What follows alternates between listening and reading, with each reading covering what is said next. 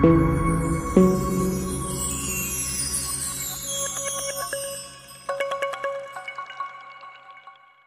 প্রিয় দর্শক, নিউ গড়িয়া থেকে রুবি রুটের মেট্রো পরিষেবার সময়সূচিতে ফের বদল আনা হলো।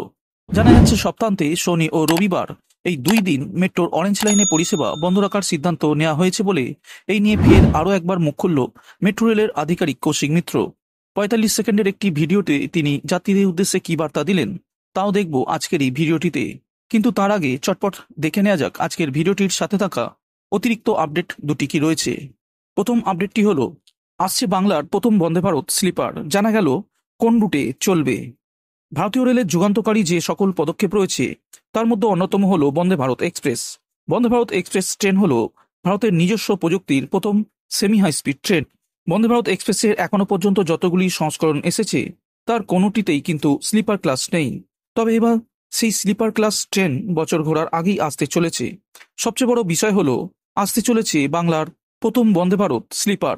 ভারতীয় রেল এখনো পর্যন্ত বন্দে ভারত স্লিপার কোনো রুটেই চালু না করার কারণে কোন রুটে প্রথম এমন ট্রেন পাবে তা নিয়ে নানান জল্পনাও রয়েছে।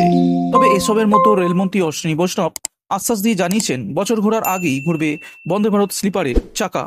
পাশাপাশি রেলমন্ত্রীর আশ্বাস থেকে জানা যাচ্ছে বাংলা খুব তাড়াতাড়ি পাবে একটি বন্দে ভারত স্লিপার। প্রশ্ন হলো, বাংলার প্রথম বন্দে ভারত স্লিপার কোন রুটে চলবে? বাংলায় যে প্রথম বন্দে ভারত স্লিপার ট্রেনটি চলবে সেই ট্রেনটি পাবে উত্তরবঙ্গ। জানা যাচ্ছে তাতে পশ্চিমবঙ্গ 3টি রাজ্যকে জুড়বে এই ট্রেনটি। সূত্র মারফত জানা যাচ্ছে বন্দে ভারত এক্সপ্রেসের স্লিপার ভার্সন চালু হবে নিউ জলপাইগুড়ি স্টেশন থেকে। ট্রেনটি নিউ জলপাইগুড়ি ও আগরতলার মধ্যে যাতায়াত করবে। নতুন এই ট্রেনটি চালু করার জন্য রেলের তরফ থেকে ওই এলাকায় ট্র্যাকের আধুনিকীকরণ এবং অসমের পার্বত্য এলাকার বৈদ্যুতিকরণের কাজ দ্রুততার সঙ্গে চালানো হচ্ছে। রেলের তরফ থেকে সেমি হাই স্পিড ট্রেনটি চালানোর জন্য উত্তর পূর্ব সীমান্ত রেলের তরফ থেকে রিপোর্ট চেয়ে পাঠানো হয়েছে। অসমের পার্বত্য এলাকায় কোনো কোনো জায়গায় এখনো বৈদ্যুতিকরণের কাজ বাকি রয়েছে। সেমি হাই স্পিড ট্রেন চালানোর জন্য কোনো কোনো এলাকায় ট্র্যাকের আধুনিকীকরণ এখনো হয়নি ইত্যাদি। এছাড়াও এই রুটে কটি ট্রেন চলে এবং তাদের চাহিদা কেমন সেই সংক্রান্ত রিপোর্টও চাওয়া হয়েছে। নিউ জলপাইগুড়ি স্টেশন থেকে বর্তমানে 3টি বন্দে ভারত এক্সপ্রেস ট্রেন চালানো হয়, যাদের মধ্যে একটি হলো হাওড়া এবং অন্য দুটি হলো পাটনা এবং গুয়াহাটি।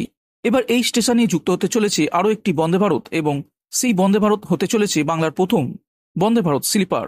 এমনিতে নিউ জলপাইগুড়ি থেকে ত্রিপুরার আগরতলা পর্যন্ত রেলপথের দূরত্ব হল 994 কিলোমিটার, যা যেতে সময় লাগে প্রায় 22 ঘন্টা। এক্ষেত্রে বন্দে ভারত ট্রেন চালু হলে সময় অনেকটা কমে যাবে বলে আশা করা হচ্ছে। বন্ধুরা, এরপর আজকের ভিডিওর দ্বিতীয় আপডেটটি হলো, সমালোচনার মুখে রেলমন্ত্রী দাবি করলেন রেল হবে আরো বেশি আম আদমি, চলবে বন্দে ভারত মেট্রো। একদিকে একের পর এক দুর্ঘটনা, অন্যদিকে তাল মিলিয়ে বিরোধীদের সমালোচনার মুখে অবশেষে মুখ খুললেন রেলমন্ত্রী অশ্বিনী বৈষ্ণব।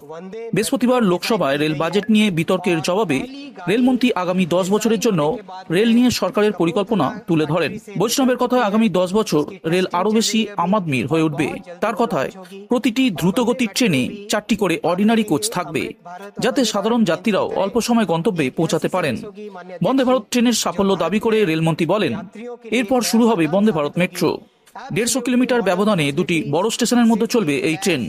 চলুন তিনি তার বক্তব্যে কি জানিয়েছেন তার কাছ থেকেই শুনে নেওয়া যাক।